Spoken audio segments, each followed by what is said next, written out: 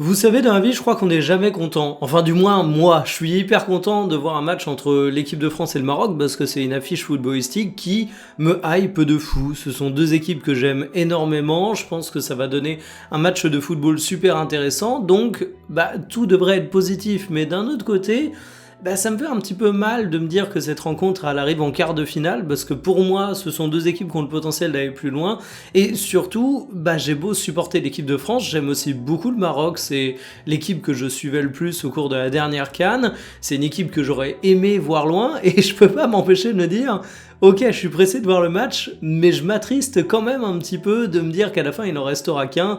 Je vais pas vous mentir, je l'espère, l'équipe de France malgré tout. Salut tout le monde, c'était MF. On se retrouve pour la grosse vidéo d'avant-match pour France-Maroc.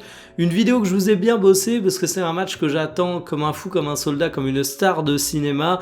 Et on va procéder en 4 grandes parties. Déjà, on va commencer en rappelant le contexte de la rencontre, en rappelant le parcours des deux équipes parce que finalement, on sait que les parcours, ils sont suranalysés au cours de cette Coupe du Monde 2026.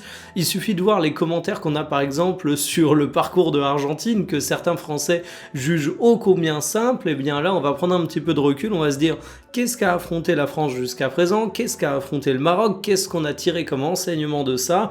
Et je spoil un petit peu, mais pour moi, ce sera clairement la rencontre la plus difficile pour chacune de ces deux équipes. Ensuite, on verra les compositions attendues, les compositions probables, avec les derniers échos de la presse au moment où j'enregistre la vidéo.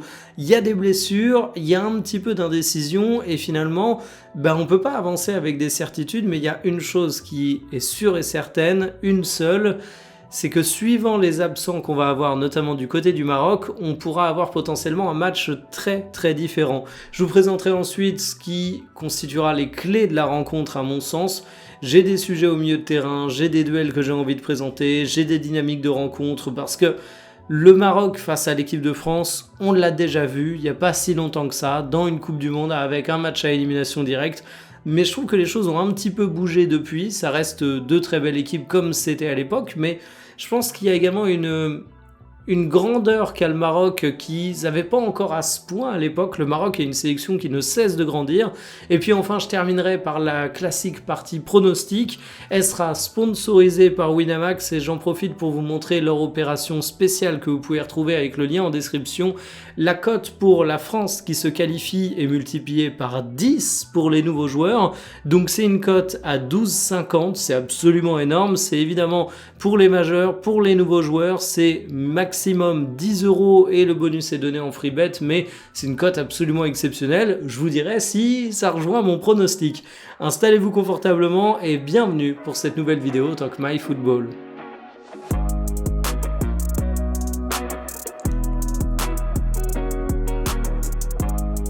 Voici le parcours qu'ont connu Maroc et France pour accéder à ce quart de finale de Coupe du Monde 2026 et j'ai pas peur de le dire, le Maroc a connu à mon sens un parcours plus compliqué. D'entrée, les Marocains ont pris les Pays-Bas, un sacré adversaire qui les a fait souffrir.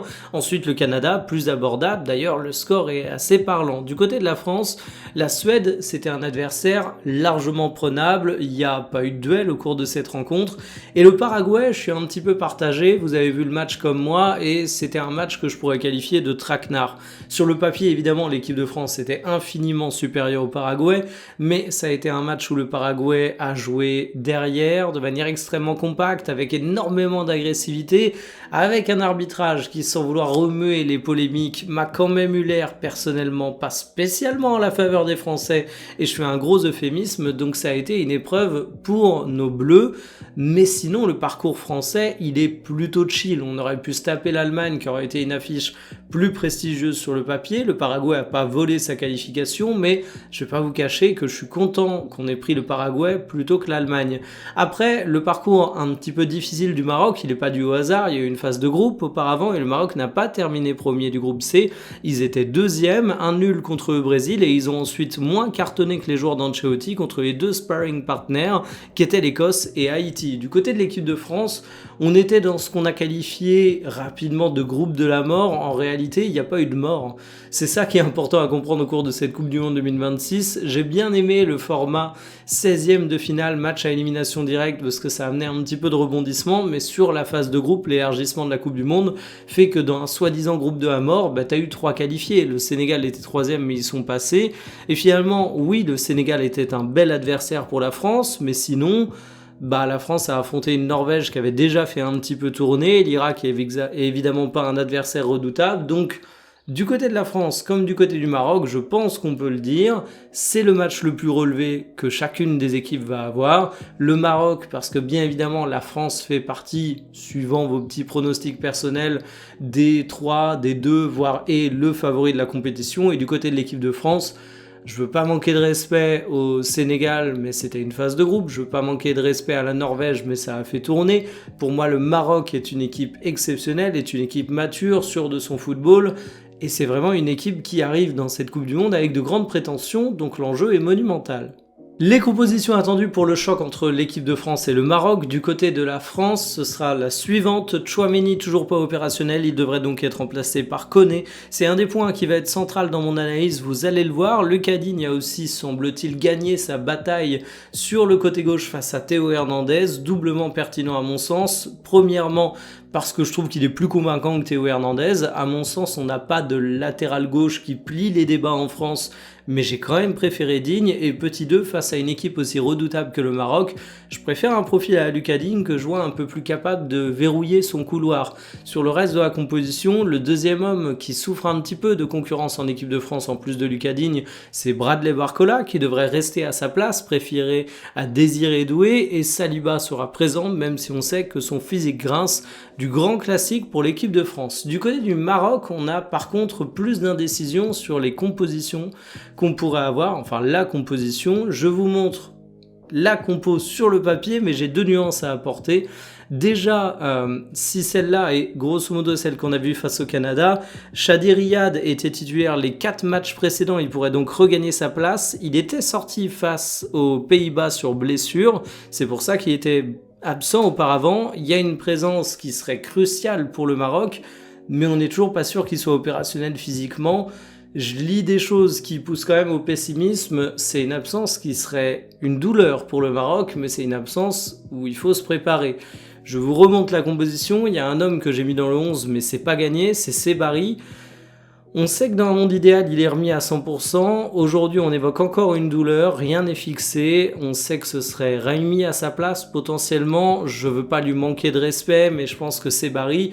Il suffit de regarder le début de Coupe du Monde qu'il est en train de réaliser pour se dire que le Maroc serait bien plus fort avec lui. Donc oui, du côté de l'équipe de France, on n'a pas de Tchouaméni, mais je pense qu'on a des joueurs capables sur le banc. Je pense que les absences potentielles, si elles s'avèrent bel et bien réelles du côté du Maroc, peuvent être beaucoup plus préjudiciables. C'est un truc qui déterminera un petit peu l'équilibre du match, mais en dehors de ça, on est évidemment sur du grand classique. On est désormais relativement loin dans la compétition, on est sur 2 équipes qui sont matures, plutôt sûres de leur football. Je pense pas qu'on aura de dinguerie de la part des sélectionneurs. Les clés du match entre le Maroc et la France, j'ai déjà envie de vous parler du milieu de terrain, puisque on le sait, Aurélien Tchouaméni, c'est pas forcément le français le plus populaire. Il y a plein de gens qui s'enthousiasment sur le football pratiqué par Manu Koné, et pour cause c'est un excellent joueur, mais Tchouaméni a une chose que Manu Koné n'a pas, c'est un profil différent, j'ai envie de vous dire, parce que Tchouaméni, c'est un petit peu le mec qui va pouvoir reculer, qui va pouvoir contrôler le tempo d'un match, qui va pouvoir sécuriser en phase de transition, là où Manu Koné est un joueur qui a d'autres qualités, plus sur la projection, mais face à un Maroc qui a un milieu de terrain très très fort, avec un Boadi qu'on connaît notamment très bien en France, bien évidemment, je me dis qu'on a un risque de souffrir en fait, et surtout avec ce double pivot de l'équipe de France, il va falloir voir comment ça se déroule, mais moi c'est ma petite crainte, parce que le Maroc, je les vois très très forts dans leur capacité à être en surnombre dans ce secteur de jeu. Certes, sur le papier, ils sont en 4-2-3-1 comme l'équipe de France, mais est-ce qu'on aura un Olysée et un Dembélé qui redescendra autant que ce qu'on pourra avoir du côté du Maroc pour réussir à contrer le fait qu'un Boadi va avoir un volume de jeu impressionnant, le fait que le Maroc est assez costaud dans ce secteur de jeu-là. J'en suis pas sûr à 100% et je pense que ce sera un des grands défis de l'équipe de France. Le deuxième point, c'est le duel fratricide. Alors ils sont pas littéralement frères, mais c'est une bromance entre deux. Je parle évidemment d'Hakimi et de Mbappé. Mbappé est numéro 9, mais Mbappé a tendance à dézonner beaucoup sur le côté gauche. On sait que c'est un côté fort pour l'équipe de France, où on a la présence de Barcola qui combine bien avec Mbappé. C'est quelque chose qui fonctionne, avec un Adrien Rabiot qui est également un profil un peu box-to-box, qui apporte souvent du surnombre devant. Bref, c'est une zone qui va être cruciale. Hakimi, on sait que c'est un formidable latéral, on l'a vu 1000 fois avec le Paris Saint-Germain, mais on le présente aussi souvent comme un excellent latéral offensif. Là, il va avoir du boulot à faire défensivement, il va devoir être aidé par ses coéquipiers, et autant du côté du milieu de terrain de l'équipe de France, je me dis qu'on va avoir un gros challenge face au Maroc, autant du côté marocain, je me dis qu'Hakimi, il va falloir qu'il nous sorte une masterclass si on veut voir un Maroc qui réussit à tenir l'eau. Et c'est assez paradoxal, parce que autant je m'inquiète un petit peu pour Hakimi, autant c'est un joueur qui fait partie des points forts du Maroc par rapport à l'équipe de France. En fait, oui, l'équipe de France a une équipe formidable, mais demain, si vous me demandez, est-ce que tu prends les deux latéraux du Maroc pour les mettre en France ? Je pense que ma réponse c'est oui, évidemment pour Hakimi et sans doute pour Mazraoui aussi. Donc finalement, ça va être curieux à voir. Il y a également une question de choix du poison pour le Maroc. Je m'explique. Depuis le début de la Coupe du Monde, le Maroc a environ 60% de possession au cours de ses rencontres. Ils avaient légèrement la possession face au Canada. Ils étaient montés à 70% face aux Pays-Bas. C'est terminé l'époque où le Maroc pouvait être perçu comme une équipe qui allait simplement attendre derrière et réussir ses phases de transition. C'est une équipe qui peut développer un football ambitieux, mais vous en doutez, face à une équipe de France avec Barcola, Mbappé, Olysée, Dembélé, tu peux te faire sanctionner si t'es trop haut, si t'essayes trop de camper dans le camp adverse. Et si je parle de choisir ton poison, c'est parce que si le Maroc essaye d'avoir le contrôle du ballon et joue haut, il s'expose à des transitions qui peuvent être extrêmement douloureuses à encaisser, mais en même temps, le Maroc a peut-être une carte à jouer aussi en étant agressif et en essayant d'être très très virulent au contre-pressing, très très fort dès qu'il s'agit de récupérer le ballon, quitte à essayer de s'exposer un petit peu en pressant haut, parce que je pense que c'est un point où tu peux mettre en difficulté l'équipe de France. Pour les questions de surnombre que les Marocains peuvent avoir au milieu de terrain, je l'ai évoqué, mais aussi parce que parfois l'équipe de France m'a paru comme étant pas forcément la plus impériale à la relance, alors qu'on n'a pas eu des adversaires qui peuvent être aussi redoutables que ce que peut nous opposer le Maroc. Mais ça, c'est un peu qui tout double pour le Maroc. Donc finalement, on va peut-être aussi avoir un match en plusieurs rencontres où, suivant la configuration, qui marque le premier, est-ce que ça se décide rapidement ou non, on a un Maroc qui sera plus ou moins conservateur, mais tu as vraiment une épée à double tranchant qui sera à utiliser potentiellement pour les Marocains. Et justement, sur la fin de match, je suis aussi curieux de voir l'état physique des joueurs. La compétition commence à avancer, ça m'inquiète pas trop là-dessus, mais par contre, je trouve que cette Coupe du Monde, en termes d'intensité, et pas forcément la meilleure compétition que j'ai vue de ma vie. On a été habitué à la Champions League, surtout si on suivait le Paris Saint-Germain avec des matchs particulièrement haletants. Là, je vais pas dire que c'est une maison de retraite pépère, mais je suis quand même dans l'attente de matchs un peu plus intenses. On a vu les Bleus parfois mettre un petit peu d'intensité face à leur adversaire, mais je trouve qu'ils ont jamais eu une grosse adversité dans le domaine. Et je pense que France-Maroc, ça coche quand même les cases pour avoir une grosse session de rattrapage là-dessus et avoir des joueurs qui imposent à leur vis-à-vis un défi physique important qui fait qu'il y aura beaucoup d'éléments cramés à la 70e. Alors là, je suis partagé parce que je vois un avantage côté Maroc et un avantage côté français, même si l'avantage côté Maroc, je le vois aussi un peu pour les Français, je vais être honnête. Côté français, il y a des joueurs athlétiques, le Maroc là également, je pense. C'est des joueurs endurants, mais surtout, ce qu'a la France, c'est un excellent banc. Si tu fais rentrer Désiré Doué à la 70e, ou à contrario, si c'est Doué qui est titulaire et si tu fais rentrer Barcola à la 70e, t'as un véritable athlète dans les deux cas qui rentre, un joueur qui peut massacrer une défense adverse si elle est un petit peu fatiguée.